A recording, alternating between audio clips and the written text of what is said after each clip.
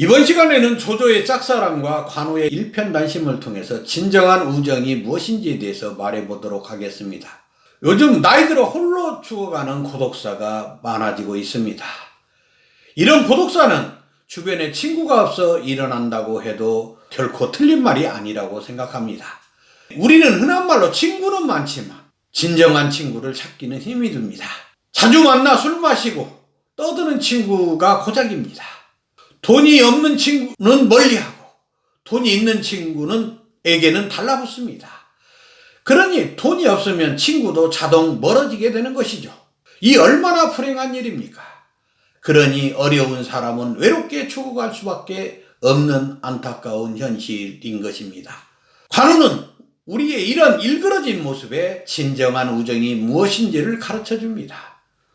관우는 이익에 죽고 사는 우리들에게 의에 살고 의에 죽는 의로운 만남을 통해서 진정한 우정이 무엇인지를 가르쳐주는 것입니다.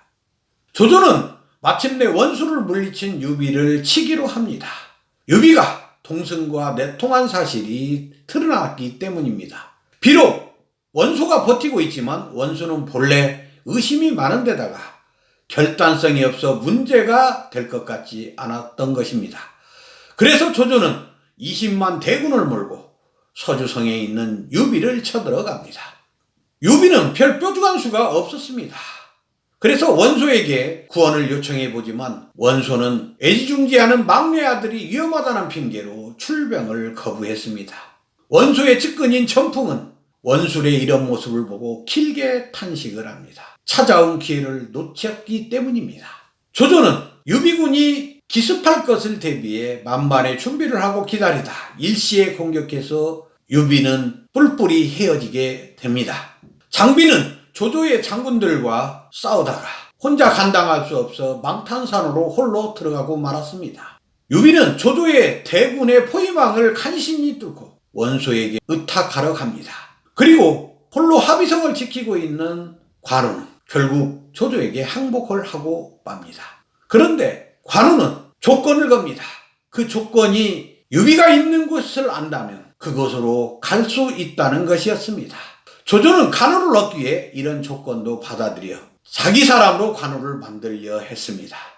조조는 관우가 온다는 말에 그를 애인처럼 맞이했습니다.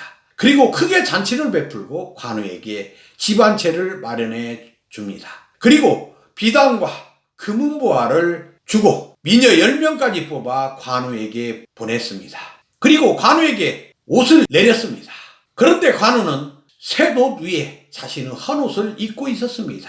그것을 보고 조조가 검소하다고 하자 관우는 유비를 생각하기 위해 헌옷을 입는다고 하였습니다. 조조는 그 말에 관우야말로 충직한 의인이라고 탐복하였습니다. 그리고 관우에게 여포가 타고 있던 적토마를 줬습니다. 그러자 관우는 어떻게 했습니까? 이런 적토마만 있으면 유비에게 하루 만에 갈 수 있다고 좋아했습니다. 조조는 그 말에 깜짝 놀라 그 말을 준 것을 후회할 정도였습니다. 그래서 조조는 관우가 자기 곁에 있지 않고 유비에게 떠날 생각만 해 조바심이나 부하장수 장류에게 속을 떠보라고 말했습니다. 그러나 관우는 장류에게 아무리 조조가 잘해준다고 해도 몸은 조조에게 있으나 마음만은 유비에 있다는 것을 솔직하게 말합니다. 조조가 아무리 잘해주어도 그것은 물건과 물건으로 맺어진 것이고 유비와는 마음과 마음으로 맺어진 것이라는 것입니다. 그래서 관우는 반드시 공을 세워 조조에게 빚을 갚은 다음 떠난다고 하였습니다. 그 소리를 들은 조조는 관우야말로 천하제일의 의인이라고 탐복하였습니다.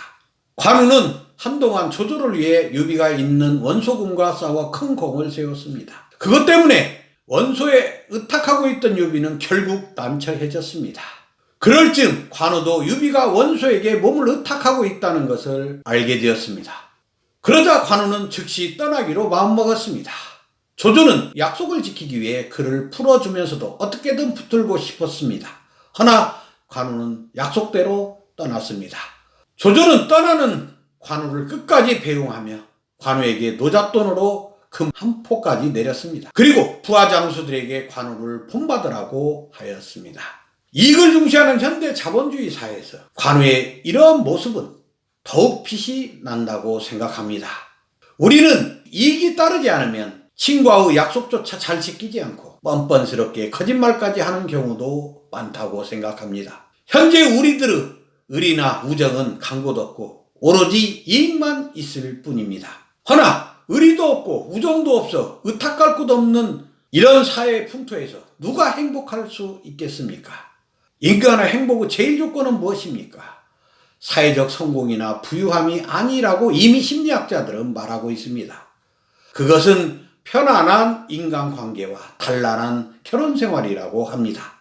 돈벌레처럼 외형적인 것에 몰입하는 우리들에게 경종을 울려준다고 할 수 있습니다.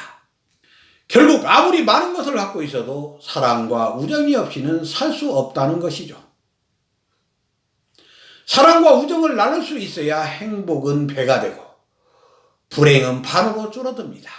그러니 사랑과 우정을 나눌 수 없는 사람은 행복이 반감되고 불행은 배가 된다고 할 수 있는 것입니다. 그래서 고독사가 생기는 것이죠. 불행을 나눌 수 없기 때문입니다. 활동형 외톨이가 많은 것도 그만큼 우리 사회가 불행하다는 것을 반증하는 것입니다. 그러니 우리는 친구가 많을수록 좋다고 할 수 있습니다.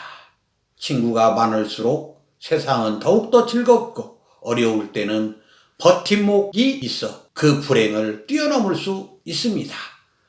그래서 몽테뉴는 친구의 잦은 왕래는 생활에 꼭 필요한 물보다도 더 달콤하고 물보다도 더 필요하다고 하였습니다. 그럼 진정한 친구의 조건은 무엇이겠습니까? 진정한 친구란 진정으로 자신을 알아주는 사람입니다. 가진 것이 있고 없고 간에 있는 그대로의 자신을 알아주는 사람이죠. 관우와 유비는 생사고락을 함께하며 서로를 존중해 왔습니다. 유비는 자신이 높은 지위에 있어도 될 수 있는 대로 형제들과 같은 방에서 잠을 잤습니다. 그래서 조조가 아무리 세속적 가치로 관우를 유혹해도 관우는 의를 택했고 우정을 택한 것입니다. 이것을 볼 때 진정한 우정이란 큰 재산으로도 받을 수 없는 사랑과 존경을 받는 것이라고 할 수 있습니다. 하지만 우리들의 우정은 어떻습니까? 친구가 어려우면 자주 위로하려고 찾아갈까요? 아니면 뒷공문이 빼는 것일까요? 여러분도 의로운 관우를 보면서 자신의 자화상이 무엇인지를 한번 살펴보도록 했으면 합니다. 감사합니다.